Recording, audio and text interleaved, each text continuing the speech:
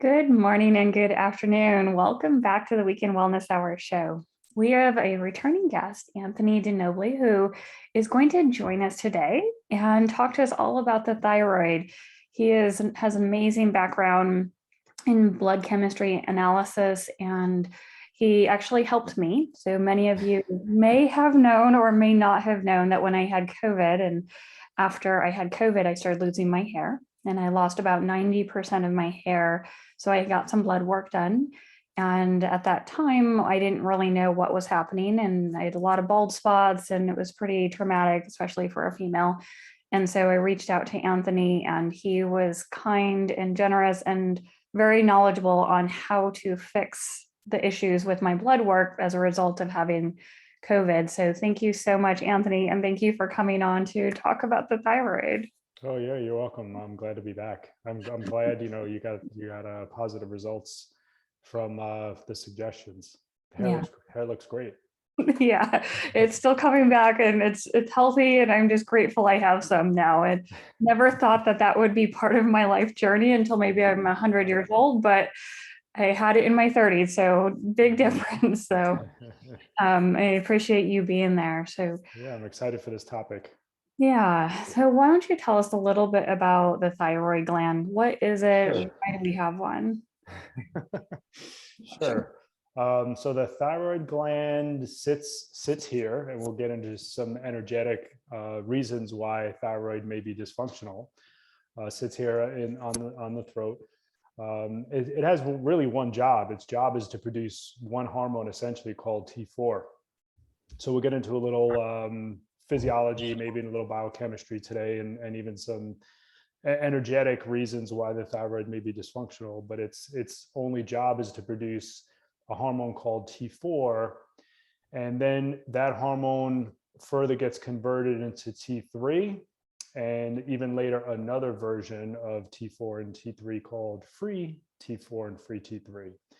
But what's interesting is, if you don't know this already, where the thyroid hormone gets its name from. Where does T3 and T4 come from? So here's the biochemistry. The letter T in T3 or T4 stands for tyrosine. And tyrosine is an amino acid that we just get from eating proteins, whether they're plant proteins, animal proteins.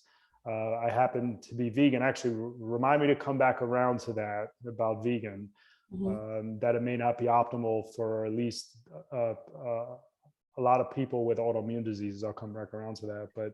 But so tyrosine, an amino acid, and then the number 4 is how many iodine molecules are attached to it. So T4 is one tyrosine amino acid with 4 iodine molecules. And then what happens is an enzyme comes along and cuts one of those off and converts it into T3, or tyrosine with 3 iodine molecules attached to it. The enzyme that does that, it's a deiodinase, of 5' deiodinase enzyme, and that enzyme is zinc and selenium dependent. So these are some of the nutrients that we'll get into that we need to have a proper functioning thyroid. T3 is the more metabolic form of thyroid hormone. That's what our body really uses to make energy. But essentially, every cell in our body essentially uses thyroid hormone for energy. Does that make sense? It does, absolutely. It can see why there's a lot of talk about it, because we need energy, and when we don't have energy, we turn to food, or we become sluggish or depressed. I mean, there's so much that's affected by our whole lifestyle. Yeah, we look at, we turn to caffeine, and that has its own set of issues as well, but you're correct. Yeah. So, okay, so we have this gland and we need the tyrosine. So it produces the tyrosine, the T4. And at what point does it start to get converted into T3 and then the free versions of those? And why is that process important? Yeah, good question. Nature, mother, whoever, our creator, it's kind of interesting that our body works on this process. So the thyroid produces T4, let's just say T4, T3.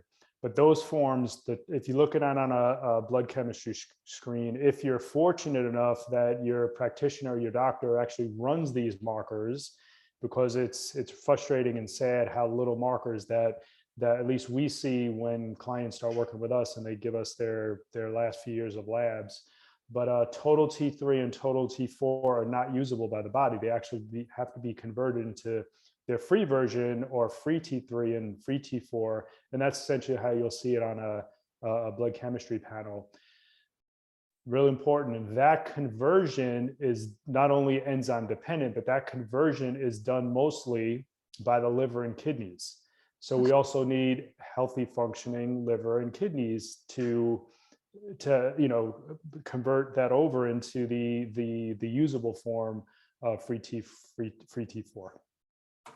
Interesting. So if you're having some kind of liver issue, like let's say you have hepatitis, or just any type of, maybe you've had a reaction to statin drugs and your liver's a little bit compromised, or your kidneys are working, will that show up first and then impact your thyroid, or sometimes, or does it not really matter? It just impacts the thyroid. How does that work? Yeah, if I'm understanding you right. I mean, this is why I run a lot more markers on our clients than typical practitioners. And the reason why is because, being holistic, we look at the whole body.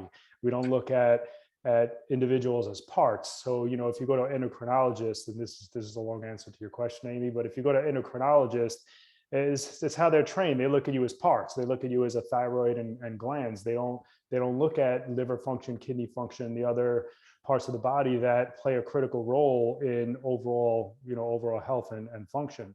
So yeah, if there's, if the liver's dysfunctional for, could be one of many reasons, congested, because the liver's pretty amazing organ. It's the only one in the body you can cut half of it off, it'll grow back. How crazy is that? Yeah, it performs over 500 functions. But if the liver's dysfunctional, if it's congested, just because your diet's not optimal, or you work a job and your job requires you entertain a lot of guests or whatever, and you're going out and you're not really dialing in your nutrition, whatever the reason may be, it will absolutely impact the conversion of total T3, T4 into the free versions. So yes. Okay, so that's really critical then, that we make sure our kidneys and liver are kind of functioning at a higher level. Yeah. So if, let's say, your kidney and your liver is not functioning correctly, will that impact your ability to convert to T3 and T4 to the free versions? That's correct. And how will that show up in a person? Say I'm walking around, how will I know that something is off? Well, there's several, signs and symptoms that low, both ways, hyper and hypo, but we see a lot more hypo, or lack of thyroid hormone. There's signs and symptoms, but what makes it fun is the signs and symptoms are not limited to, hypothyroid. For example, hair loss, right? Hair loss can be, and COVID aside, hair loss can be from other things in addition to, or other than having thyroid issues. So that's where the skill of a practitioner really comes in, and that's what a lab is not necessarily going to tell you. But a lot of the symptoms: foggy brain, the inability to form thoughts and words, brittle nails, dry skin. These symptoms that we see over and over again are not only limited to thyroid issues. Okay. So if someone comes in with some of those symptoms that you're talking about, fogginess, can't think clearly, and having some issues with hair or maybe temperature, what are the main tests that you test for? Because if you do more than a traditional doctor, what are some of the traditional ones, and what are some of the additional tests that you want to look at? Yeah, really good question. So as far as thyroid goes, The markers that I really like to see, well, actually, let me start this way. The markers that I usually see are is just TSH. Right. That's not, not all the time. Practitioners only run that one marker, but most of the time, all they look at is thyroid stimulating hormone. And what's the irony is TSH is not even produced by the thyroid, Right. right? There's this whole cascade that goes on. Maybe you heard of the HPT axis, the hypothalamus pituitary thyroid axis, or the HPA axis. It starts in the brain, but it's the pituitary gland that produces thyroid stimulating hormone that tells the thyroid, hey, make thyroid hormone. So that's one marker, TSH. Then I like to look at total, some of the ones we talked about, total T3, total T4. I like to look at free T3 and free T4. I like to look at reverse T3. Reverse T3, it's thyroid hormone, but it's not active. It's actually like the brakes. Actually, it's the brakes. It kind of slows things down. But since it's not active, some people that usually are very, very highly stressed will overproduce T3, and they bind to the same receptors as T3 and T4, and it can impact some of those symptoms that we mentioned before. Then, very important, thyroid antibodies. TPO antibodies and TAA are thyroid globulin antibodies. Now, what's interesting about antibodies is most, even endocrinologists, will not run them. And the reason I found out why they don't run them, they won't run them because it's not going to change their treatment plan. They're still going to medicate. Really? Mm-hmm. Wouldn't that be important to know? And what if you don't want to do just medication? What if you want to know, do you have Exactly. antibodies? Exactly. Now, antibodies are interesting because our body produces antibodies to everything, or it can produce antibodies to anything, let's say. And that's not necessarily a bad thing, because if you think about it, our bodies, cells are constantly dying and being made. So as a cell in the body, let's say thyroid cell, as it starts to die off, it's no longer serving a purpose, because it's dying off. It's no longer serving a purpose. So since it's not serving a purpose, it's the immune system's job to get it out of there. And that's where thyroid antibodies come in. So to have very low levels of thyroid antibodies, that's okay. But if you think about what it's doing, since it is killing off thyroid cells, when they're elevated, what that means is the immune system's killing off thyroid cells faster than the body's making them. Okay. And it's just a matter of time before there's thyroid dysfunction, before there's either under or over, because the thyroid will try and compensate overproduction of hormones. So then how do you calm down the production or the existence of the antibodies that are killing off thyroid cells? I love the question. So much of that, like a very high percentage of that, is dealing with emotional traumas. Really? Wow. So we have a good friend. I'm not sure if you know, do you know Dr. Mahdi? Yes. Oh, so Dr. Mahdi, right? So he's all right, great. He's very esoteric about stuff. So he's like, with pretty much any autoimmune disease, he's like, if you don't love yourself, the body's looking at self as no different than it does an antigen. Okay. Right? The immune system's killing off itself because you don't love yourself, So that's one way to look at it. Another way to look at it too, energetically, is what's also very supportive, besides some of the nutrients that we hit upon, like zinc and what was it again? Selenium, zinc and selenium, that make the deadenase enzyme. What's also very supportive of the thyroid, and this is why I feel, and not to sound chauvinist or anything, but a lot of women will agree with me. This is why I feel way more women have thyroid issues than men, because they're not expressing themselves to their satisfaction. And then the thyroid sits like right on your voice box. If you're not expressing yourself to your satisfaction, that again is working against you energetically. Kirsten, my wife Kirsten, who was on the show last week, she grew up in an Irish family, and women were told to be quiet and not really express themselves, and that's really sad. But I think that's why a lot of women have more thyroid issues than men. That makes sense, because and there's a lot of emotional trauma, and women tend to store emotions. We care a little bit too much about everything, and we create stories in our heads often. I know everyone does that, but there's definitely emotional triggers, and it's tied into the body. So I can see how it works. So if someone is working through releasing trauma, that can then have a correlation with a decrease in the antibodies.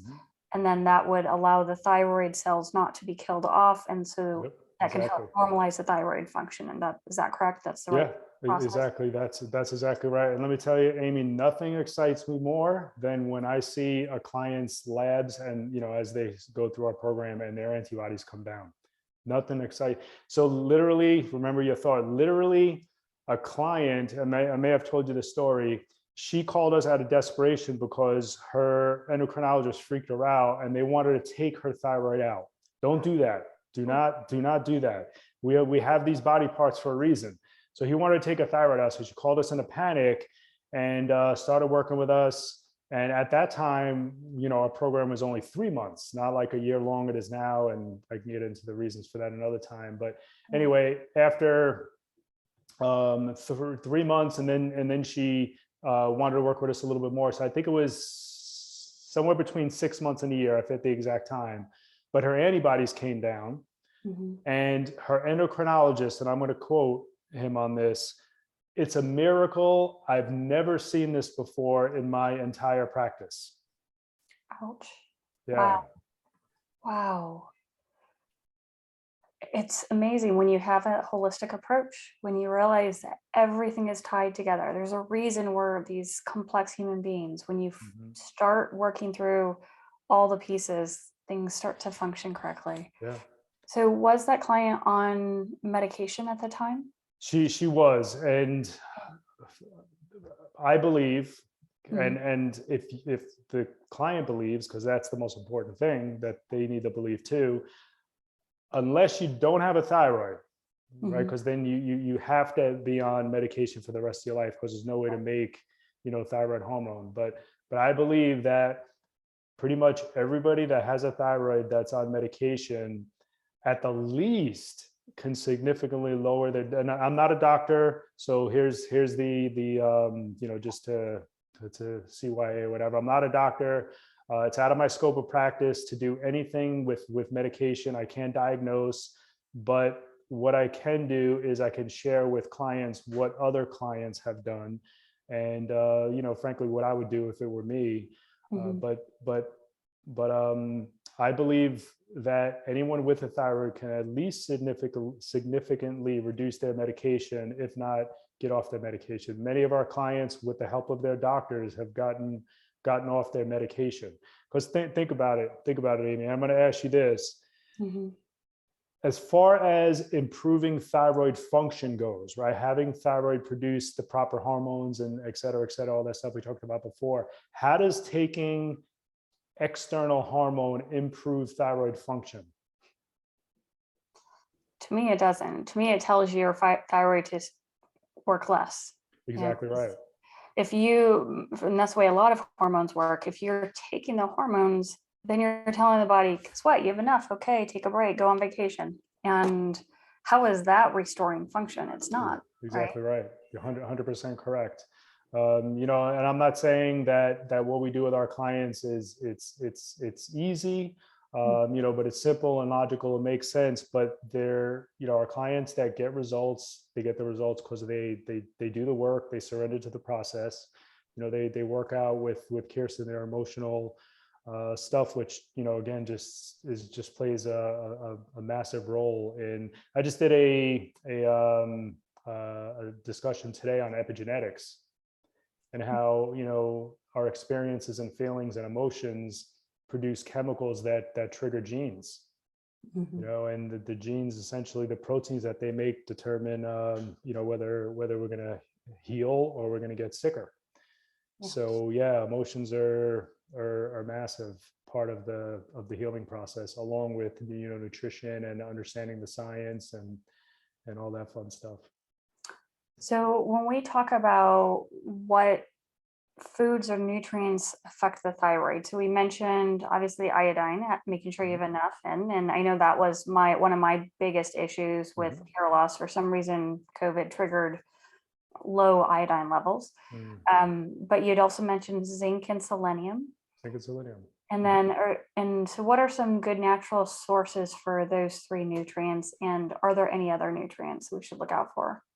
Really good question. So iodine, the world's highest source of iodine is seaweed. And it just sounds like, oh my God, that's horrible. But and I get it. And there's many different kinds of seaweed, but it's so dense or concentrated with iodine. Just to kind of give you a visual, if you think of a teaspoon, like 1/5 of a teaspoon of, say, kelp flakes will give you all the iodine you need per day. I actually prefer these little seaweeds, rectangular snacks. Have you ever had those? I was eating one a day for a while after our last talk. Yeah, awesome. They're tastier. But it doesn't taste like a chocolate bar. It's it tastes a little. You're eating seaweed, but seaweed's the absolute, by far, the highest iodine food. Then selenium, 2 Brazil nuts a day gives you all the selenium you need. Zinc, the world's highest food source of zinc is oysters, and the reason I laugh is because it's an aphrodisiac. So just putting that out there. A lot of people don't like oysters, so some other really good sources would be grass-fed beef. Another good source would be lamb. Pumpkin seeds are actually a decent source, but you really need a lot, like about 1/3 cup a day of pumpkin seeds to get a respective amount of zinc. So some people usually just supplement with zinc, or there are supplements that have all of these things. It has tyrosine in it, has the amino acid in it, along with selenium and zinc and iodine. Do you feel supplements are just as good as taking it in through a natural food source? Never. Yeah. It's a good alternative, right? But especially if you're plant-based and you're trying to get your amount of zinc in, it's hard to eat 1/3 of a cup of pumpkin seeds every single day. A supplement might be a good alternative to kind of help you out a little bit, right? Exactly. Then there's, energetically eating a food. They work synergistically. If we meant to take supplements for all our needs, I think they would grow on trees.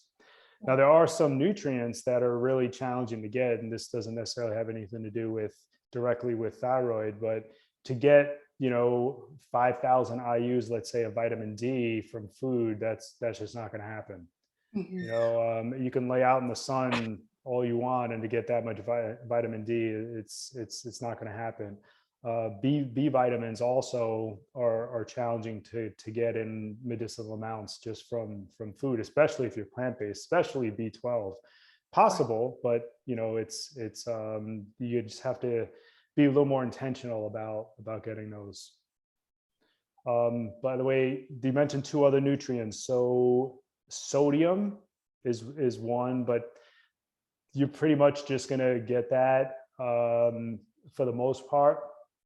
If you're not eating processed foods, though, if you're making everything, then you really actually have to be conscious of sodium. And our clients that are struggling with adrenal issues, and adrenal and thyroid are closely related. We usually recommend that maybe they sprinkle a little bit of like pink salt or sea salt on their food. Table salt's not recommended. It has a lot of fillers, and it's mostly it's mostly sodium chloride, which very high, high sodium, no minerals, unlike pink salt or sea salt. Okay. Now, sometimes you see out there the iodized salt. Mhm. Is that more of table salt that has iodine thrown in? And if you don't want to use that, does the pink salt have the iodine in it, or you just kind of turn to seaweed? They're really, really good questions. So the iodized salt, because iodines are critical, you can't make thyroid hormone unless there's iodine. Just Mhm. can't do it. So, when I guess whoever it is really cared a little bit more that the population was getting the nutrients, they started putting iodine in the salt, but they don't do that anymore. I don't believe there's enough in like pink salt or sea salt to do the business. So I still think getting some level of iodine through seaweed, and I'm sorry, I can't think of any other foods other than seaweed that are high, because iodine's so high in seaweed's so high in iodine that number two is not even close. Yeah. But yeah, just sushi, if you like that, because that's the one that's wrapped in seaweed, right? Not sashimi. I always get them mixed up. Yes, sushi, I believe is, but I'm not an expert in that world. I thought sashimi is raw fish, but Okay, well, the one that has plant-based. the one that has a seaweed on the outside, right? Yep. Wrong people to ask if you're Yeah, I plant-based. know. So so we kind of talked about some important foods that support the nutrients that are needed for the thyroid. What Mhm. about sleep? Does that impact the thyroid?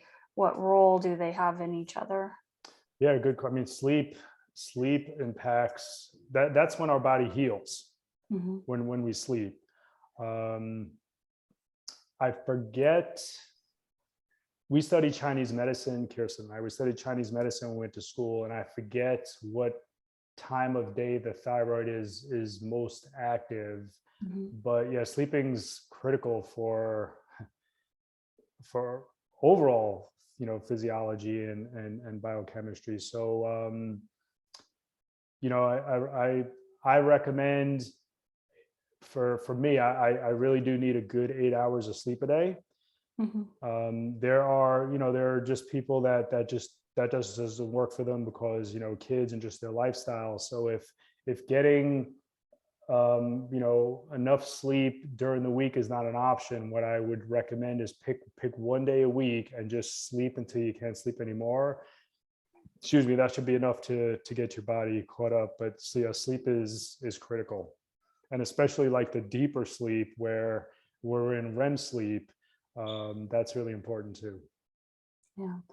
And so, kind of on the opposite side of that, I mean, we know sleep is critical. What about exercise? What influence does exercise have on the thyroid, or vice versa? Mhm. Yeah, good question. I mean, exercise cleans up a lot of things. Um, there are rare but cases where I recommend to clients not to exercise because their adrenals are so fatigued that doing exercise, as good as it is for you, is going to work against them. Mhm. But yeah, exercise, it doesn't have to be anything crazy. You don't have to go and do CrossFit or anything crazy, but definitely move the body. It cleans up so many things. Like I was saying, I highly recommend it. I'm a certified personal trainer myself, so I help our clients with some level of exercise. Sometimes it's just going around the block, walking around the block. Sometimes it's just get them started, like on resistance bands and things like that. But I'm a fan more of resistance training than cardio alone, Mhm. because of the benefits to the bones and muscles from doing resistance training. And there can be you can still get a cardio element out of it as well. But yeah, exercise, absolutely, 100%. Wonderful. And then, when you're looking at blood work, do you see differences and talking about in generalities between males and females and thyroid levels, do you see any of that? Yeah, it's really interesting. You mentioned that, Amy. Uh, I don't have an explanation for this, but men seem to be more resilient Okay. than I don't. Maybe it's the, if I had to pick, it's the emotional. Oh, I got to come back to something too. But if I had to pick, it could be some of the more emotional things that are kept inside. But men are way more resilient than women. Yeah, most of our clients are, like 95% of our clients are female, but the men's, like overall, the labs, and especially the thyroid, I see very few thyroid issues with men. Interesting. Yeah. Okay. Wow. Okay. Was there anything else you wanted to add? You said you wanted to come back to. Yeah, circle back to something. So you and I, we're plant-based, right? Right.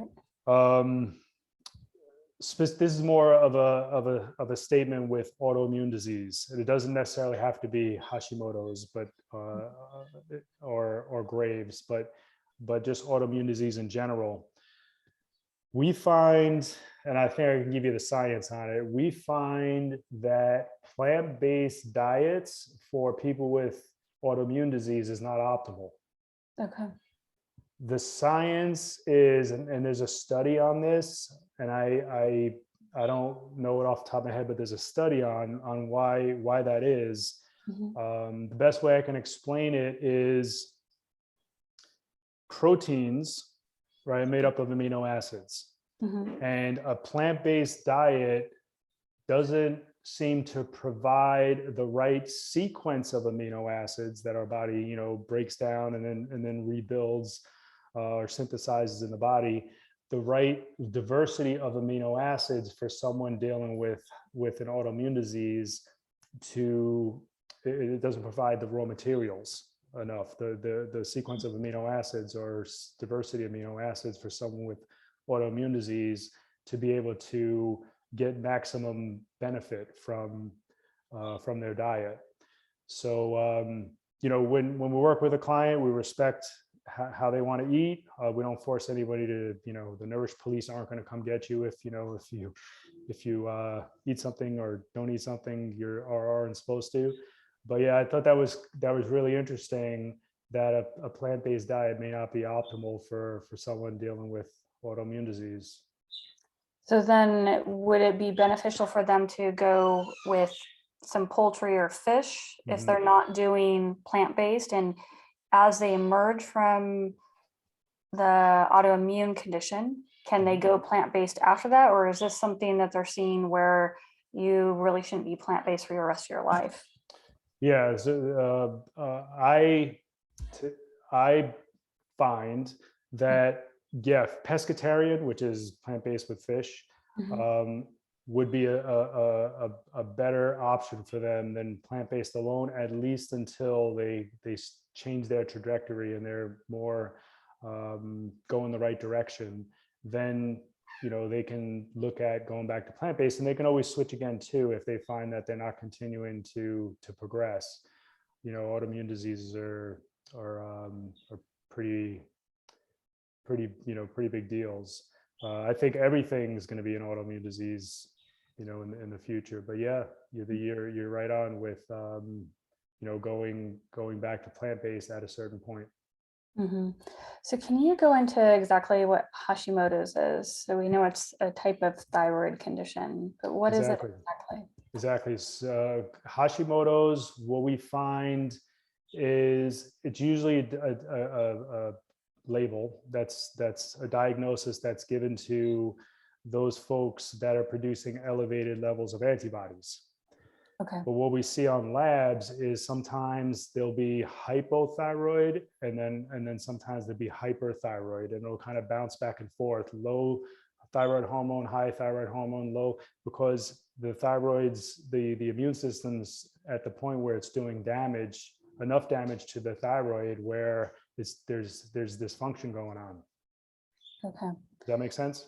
It does. And so that's different from someone who is just labeled or diagnosed hypothyroidism, where they're consistently, their labs are showing low T3 or T4 levels, but they don't necessarily have the antibodies that are elevated. Is that correct? Yeah, that's correct. So with the, because I don't think I tied it all together. So the pituitary gland creates thyroid stimulating hormone, right? And that signals the thyroid to, make more hormone or not make more hormone.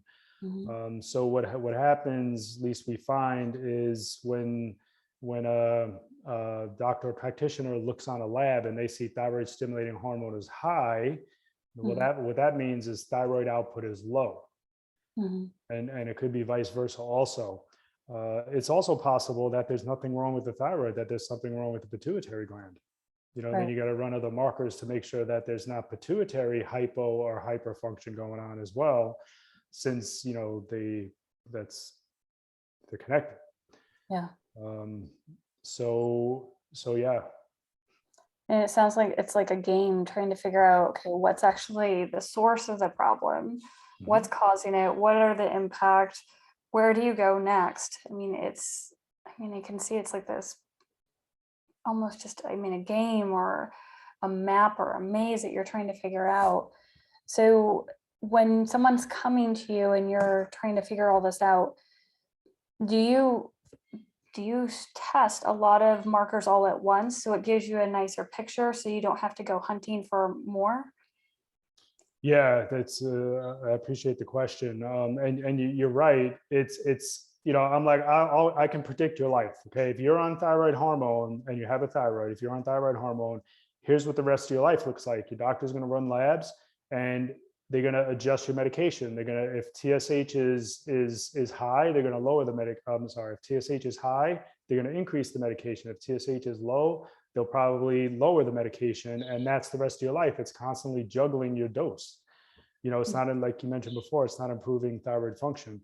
But I like to get a good overall picture of what's going on at the same time, because within reason, and I proved this. I did an experiment on myself. I ran labs on myself 3 days in a row just to see how much variation there is in certain markers.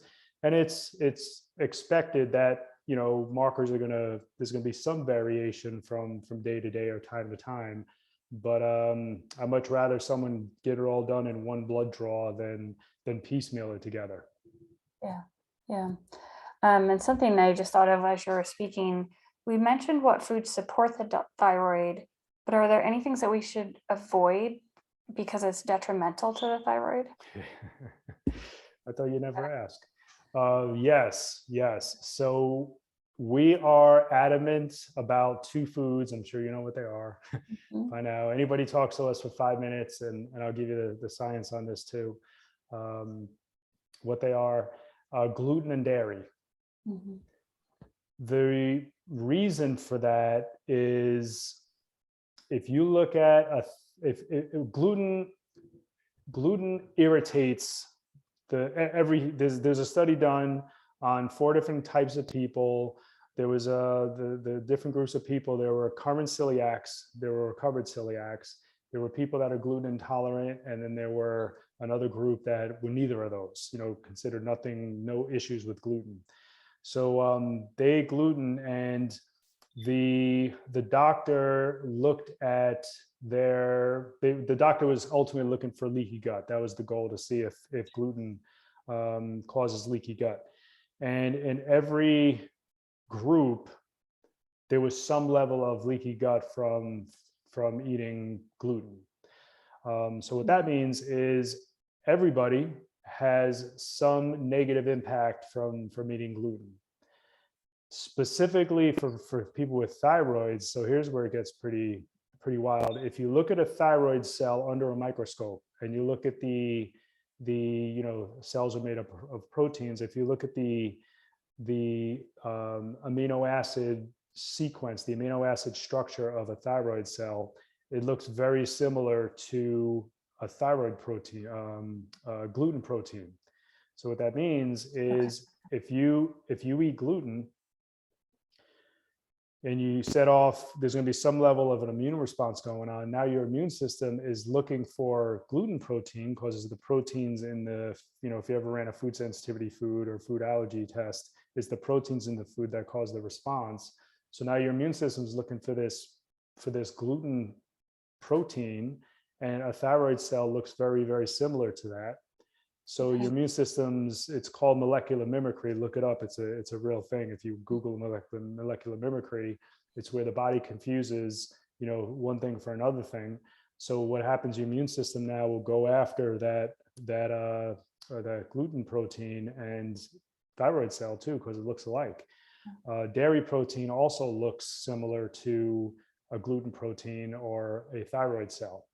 Okay. So yeah, we highly, highly suggest not eating gluten or dairy to anybody, but especially if you have any kind of a thyroid issue. Now, I often get the question, well, what about goat cheese? Goat cheese? Well, yeah, goat cheese or other forms that produce a cheese or a milk, goat milk, goat cheese. Have you seen anything about that? Do you still recommend people stay off that form of, it's not really dairy because it's not from a cow, but that form of cheese and milk? Yeah, anything from an udder, we recommend not to, not to have, I understand like goat cheese is a different kind of or different size protein or something like that than cow milk protein, but it's still, we haven't seen anybody benefit from any kind of dairy. Okay, that sounds great. Well, thank you. I appreciate that. Now, you are hosting a challenge right now, you and Kirsten, through your program. Can you tell us a little bit about that, and can people still jump in, and how can they do that? Yeah, thank you for that. So that's correct. We started yesterday. We just finished right before this podcast, and the last day is tomorrow. So it's a 3-day challenge, doesn't cost anything. It's an hour and a half each day. And we're really, just being 100% honest and truthful with people on why people are stuck, why they're in these patterns, why they're not getting the results that they want, and what their blocks are that are keeping them sick. It's the website. If I can give you the website, you can still register. You can still register for it, and then there's the replays for all 3 days are going to be posted. I think late tomorrow night or Monday. But the website is nourish, the numbers 123 challenge.com. So nourish123challenge.com.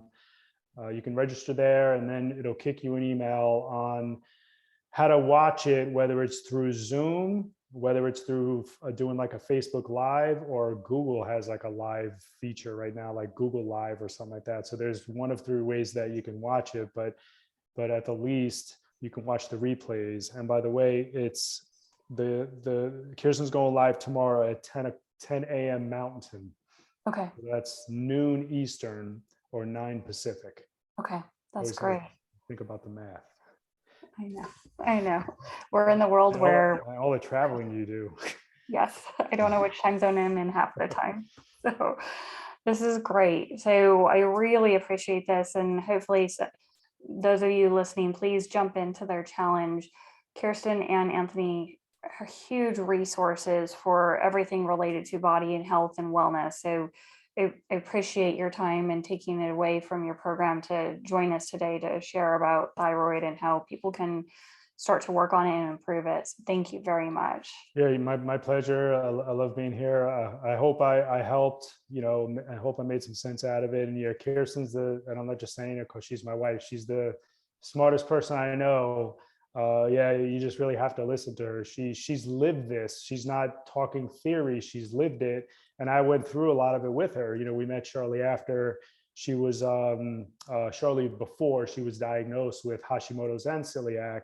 So we've been through, she's been through, let's say, lots of doctors, lots of even health practitioners, and no one was able to pull all the pieces together, especially understanding the emotional component. Yeah, it's really critical. A lot of times I tell people we need a team, and you guys are a great team because you have so many skills in multiple areas. So coming to you, people can gain knowledge in all these different areas. And that's why I really appreciate having you on. Thank you. You bet. You bet. I appreciate you asking me back on the show. Yeah, Maybe yeah. I'll see you again. We can talk about some other fun stuff. Absolutely. I would love that. So thank you all for joining us today. Have a great rest of your weekend. We'll see you again next weekend. Take care. Bye now. Bye.